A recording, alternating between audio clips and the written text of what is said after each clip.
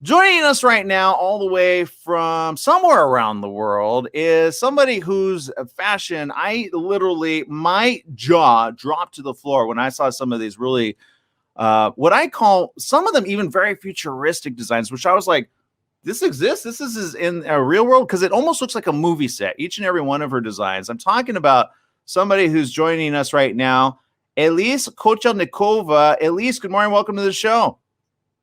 Hi, Aaron. Thank you for having me. Yeah, Elise, your interior designing is a second to none. I've never honestly thought. I mean, I've gotten into places I go, wow, this is beautiful. Like this architecture. I don't know if you've been to European countries and you step in and you go and you look at architectures that's been there forever, and some of these by famous artists, Leonardo da Vinci, and many more. And you step into them, and their pieces are forever felt by those that step into them. I would imagine, like hundreds of years later, at least, people are going to step into your designs. Is there one that you think like we all should at least visit? Yeah, definitely. That's the ideal goal, of course, for every artist. So to leave something behind, and that's definitely exactly my one of my biggest goals. I actually do travel the world. I came back from Singapore, China, Australia before the COVID started. So that's exactly what I do. I visit a lot of museums. I study Leonardo da Vinci. I study all the greatest artists, greatest architectures. And as an artist, for me to find an inspiration, and that's the biggest thing, that's the best way to do. And I advise a lot of new interior designers, just travel, just look at some other artists' work. Go to the hotel, go to the homes, the realtors constantly do the open houses. Look at the architecture, look at the designs the other people created. So for me, I have that ability to travel the world, and that's what helping me.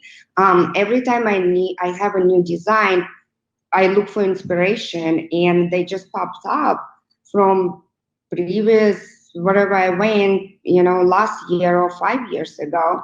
So Yeah, look, some of these I almost want you to create like if NASA had to go into space and get into Mars, I think we need your designs ready to go at a moment's notice. Does that make sense? okay, so I don't know if I told you that before, but this is my biggest dream. I want to be this first designer who designed a hotel on Mars. I had this dream since I was like, I don't know, really young. No, I never So knew that, but it makes sense. We need to hook you up with. Do we know anybody? I think we know a few engineers that can make a connection. oh, that would be amazing. That's definitely my dream, and everyone laughs at me. But yeah, I would love to do that. Well, and for our radio audience, I guess it's very difficult to transmit what it is, your vision and or style, but you probably have better words than I can come up with. We came with sleek, sexy, and just futuristic is what we've kind of come up with. Can you describe personally your own vision? Because I know the ladies out there have so many more versions of color that I can never. I'm like, it's green. You're like, that's not green, that's lime. Avocado green.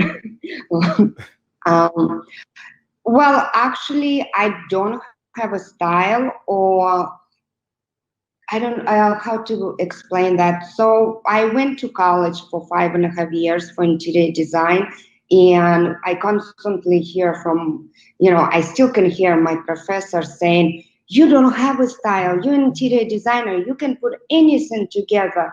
And so when people ask me, "What is that your style you can design?" And I hear that professor, we don't have a style. We are the artists, we are the designers, we can put anything together.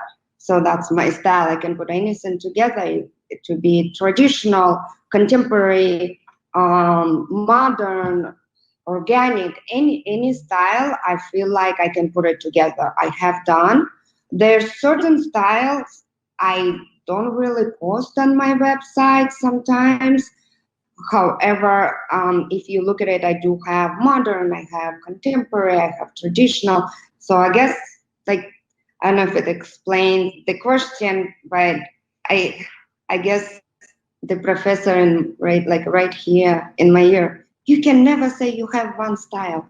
You're the interior designer, so, Well, so yeah, I and I think that speaks volumes about obviously your professor, and I would imagine you've got along the way.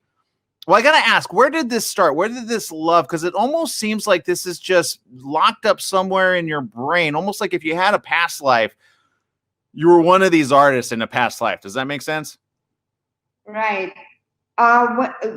So as long as I remember, around 10 years old, this is when I came up to my parents. I'm like, I'm gonna design hotels, like out of nowhere. My dad was in construction, so instead of to go summer camp, I would go work with him to construction sites. So he taught me how to build houses with laying bricks, and when I was 10 years old. So I always knew, and sometimes I do question it myself as well. It comes to the people ask me, how did you design this restaurant? I'm like, oh, it took me this much time. I just don't know it, and maybe I did.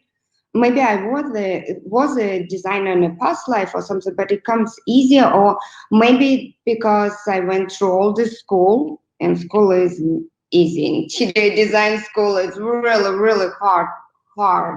You sleep for 2 hours a day for Really? 5 6 years. Yeah, a I lot of homework. what Mhm. and I guess somebody from the outside looking in doesn't understand what that's like. And I was thinking, to be honest, during COVID, that's one of the classes that can be done virtually for those young budding, the other 10, 15, 20-year olds, and even young adults who your fashions, like I said, your fashion sense and your styles is a completely elevated version of what I think many go, I couldn't even do that in my dreams. But for the person starting off, how do you think they should during and or pre-COVID? Well, you have a good point. Right now, I went to school in 2005 and I graduated in 2008. So that was my first interior design degree, associate degree. And I mean, although I did learn some of the softwares, I had a good school. Luckily, fortunate I was able to. But however, I went back to school in 2017 for 2.5 more years just to learn new software. I went back, same school, same program, and I had to retake all the classes I took 10 years prior. I took exactly same classes, but now it's so much different. Everything is virtual, everything is computerized. You can sit at home and make millions on YouTube and online. So there's so many tools available for people right now. You don't need to draw by hand what we used to have to do. Right. There's so many master classes. There's so many interior designers offering color theory classes, and you have to take the color classes. You have to learn how to, primary colors, how to combine. So take step by step, but there's so many tools for free. Like I look right now on YouTube's and master clubs. I used to pay, I paid over 100,000 for my school, but right now it's given to you for free. When I went to school, we didn't have a social media, we didn't have a YouTube, we didn't have anything. Right. And so there's so much information right now. And so, but I would advise to take the small classes, take the color classes, take the, space planning classes. It will help. It will help. And I think what I had to go through 5.5 years, you can easily accomplish within a year. Easily. And probably for free on YouTube somewhere. Yeah, I agree with you. It sometimes I get hit up by certain things that I currently do, and I'm like, you can find it all on YouTube. You just have to spend the time, right? It's a lot of investment of time, but not as much as again, okay, let me ask you this. This is a completely off the topic conversation, but we had a very smart individual about a week and a half ago talk about forward thinking materials that not only were like bulletproof, but were stormproof, were like disaster proof. They have like 3, 4, 5, I think 6 hours of burn time. I can't remember. It was a while back. And he was talking about what he foresaw as being the type of, in order to create a financially stable home, obviously you want to be able to be very like creative, right? You don't want just like a cookie cutter box. But have you ever thought of like lending your talents also to like a futuristic home that is also not only economical, but can save even people from getting, worst case on the streets? Yeah, definitely. So just to explain, when you're an interior designer, there are only 10% from the creativity. Every 90% when we design, we concentrate on safety, sustainable, and all that. So about 10% we actually add to looking pretty and color coordinated. There's only 10% from the project. Everything else we definitely concentrate on, in commercial hospitality, it's number one is safety, where the exit signs, if it's a fire, where people gonna run, stuff like that. So in school, also safety. So we always have to pay attention to certain stuff like that. And sustainable design is a big hit right now. So recycling material using and stuff like that, definitely. I'm not gonna lie, I kind of want to marry his forward thinking of certain materials that he's brought over here to the States, and then marry your creative visual, and then I think people will just be like, I need all of that, right? Dream home that you could ever like create. What are the top 3 things you must have in your own space, out of curiosity, when it comes to like a residential home? Okay, so the hardest thing for me is to create my own home. My house is super minimalistic. Everything's white. I like it clean line, and it's super minimalistic. And people sometimes come to like visit me at my home, and they're like, I would think you're the designer, it would be an amazing design. It's, for me, like I'm the worst client for myself. Is that what you were asking? Wait, what do you mean, like the worst client? Like you would ask yourself and you would be like, I don't know what I want, just do it nice, or what? How do you get into a client's head and say, because some clients are like, I just like this, or they, and you got to be like, what about this? Because you do it all virtually first, then you could take out, you could leave in, right? Well, I create renderings, I create virtual reality as well. So when they put a goggles on, they can literally walk through the space, and it looks so real. Yeah, during COVID-19, that's all I did. I would just put my goggles and I sit in coffee shop I design. But you could, so you're utilizing, which one is that? Like the I think Microsoft has a HoloLens. There's a couple other new cool Oculus. Oculus. I only have Oculus. I love it. That was my first goggles that I purchased. I love them. They just came up with a new one. I haven't purchased yet. I haven't even tried any other one. They're so great, so amazing. I know I could take it in the next level, but however, I don't want to get into so much technology. I'm already using and creating myself, and I build everything myself. It's not like someone I hire. So Oculus, I've used it for a couple of years. I love it. I very inexpensive. I buy goggles, brand new goggles for my clients as well. They in $300. A new one came out $299. Very affordable, and when people put it on, you are in that space. The only problem is when you are there for a couple more minutes, when you take it off, it's like, okay, where's the reality? And where am I? Put me back to the back and forth. Yeah, the wait, which is reality, right? Yeah, I get that on some of these programs. Because it takes time to adjust, because my render is so realistic. So like everything I do is sometimes even I put it on. I'm like, did I create this? So, I feel but like your you. body needs to.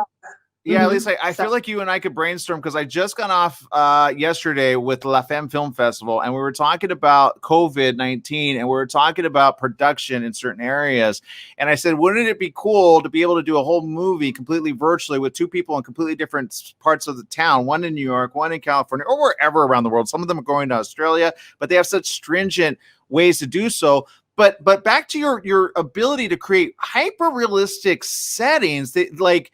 You now right. took my mind to another level, which is basically put two actors in a completely different space. Like the one that's behind you reminds me of the set. Do you remember? Did you ever see Matrix? Oh, of course, it's my favorite movie. Okay, Of course. all of ours. Well, not there's some ladies that don't like it, but my point is this: your background. I mean, I hope they don't shoot it up, but my point is like you could put two actors in that space because technically you could create a 3D space and you can move within the 3D space along with the person as well. Am I not correct?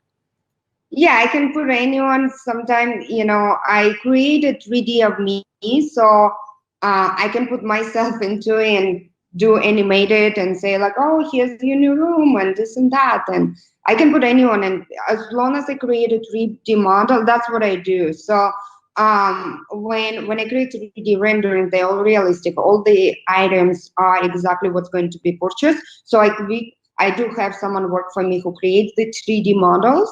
He provides me a 3D models and I just throw it in a different software. So I use so many different softwares. So I just added to software, and nowadays it's so much easier to create 3D model. You can just body scan yourself, give me the 3D model. We can add animation, we can add your voice, we can play TV, anything you want. Virtual reality is the future. It's actually present right now. I'm glad you said that because it's how you use it, especially like I said during coronavirus. I mean, we're going to learn a lot of different ways of thinking outside the box. I hope this doesn't last too long, but however long it lasts, I know that we have the ability to still make art out of nothing. And I feel that that's not only your super gift, it's your amazing talent. And I believe within the years ahead, you're going to do some amazing projects, many of which are going to be seen by Leonardo da Vinci himself, because I'm pretty sure like he, is up there going, that's a pretty good design. I would never have thought of that. Right. So keep doing what you're doing. For those out there that are kind of like hitting their head up against the wall saying, I don't know that I can do anything near something as grand as this. Where should they draw inspiration from? Because I see a lot of your creations kind of being inspired by places either you've seen, you've traveled to, and or you just kind of feel come out of your head. It's travel. Travel is the best. I do read a lot of books. I do look at the Pinterest, but traveling is the best.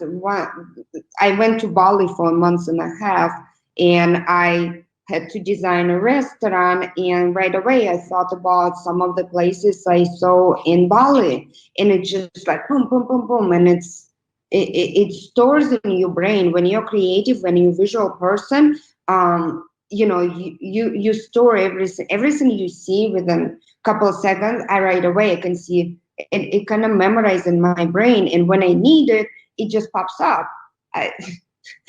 So you got like you got a visual memory, right? You can probably recall anywhere you've been, no matter where you've been in that moment, as though you were there.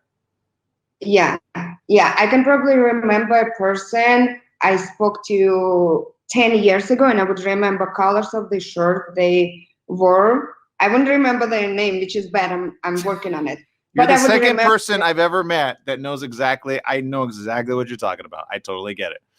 And it's scary. You can never win a fight with her, is my point. You can never win a fight because she knows what you were wearing, when you were wearing, how you were wearing it, right? It's just like, no, I remember you put your glasses in your pocket and you left them there. There you go. Right, Elise? Am I wrong? Right. No, see. All right. So I've been there, done that. Okay. Elise, thank you so very much for spending time with us. How can people get more information about your great sense of style and much, much more? Because you post it all on Instagram. You got a huge following. Yeah. Well, I need to keep posting more. Instagram, LinkedIn as well. Facebook, little bit on Facebook, but of course my website, I just created a new page for virtual reality only. But if you go on my website, theluxeinterior.com, there is a page tab for virtual reality. You click it and take it to a new website. So if you're interested in a virtual reality and there are some samples, you can just click on it and you can see it in virtual reality from my website. So there are 3 dots and there's option to see in virtual reality. Okay. As well, all of my portfolio, commercial, residential, hospitality, and I get questions often. People ask me, "Oh, did you buy the pictures you posted on your website?" I'm like, wait, why would I buy the picture and post it as my portfolio? So all the pictures work. No, nothing have it's been all bought. Elise, we're out of time. We'll have to have you back. We'll talk to you again. Everybody else, download our app. Elise is over there. Go check her out on Instagram. I'll repost some of her stuff. I love it. It's great. We'll be back next week, everybody. Make it a great day. Whatever you do, remember life is worth living. Live it well. Thank you.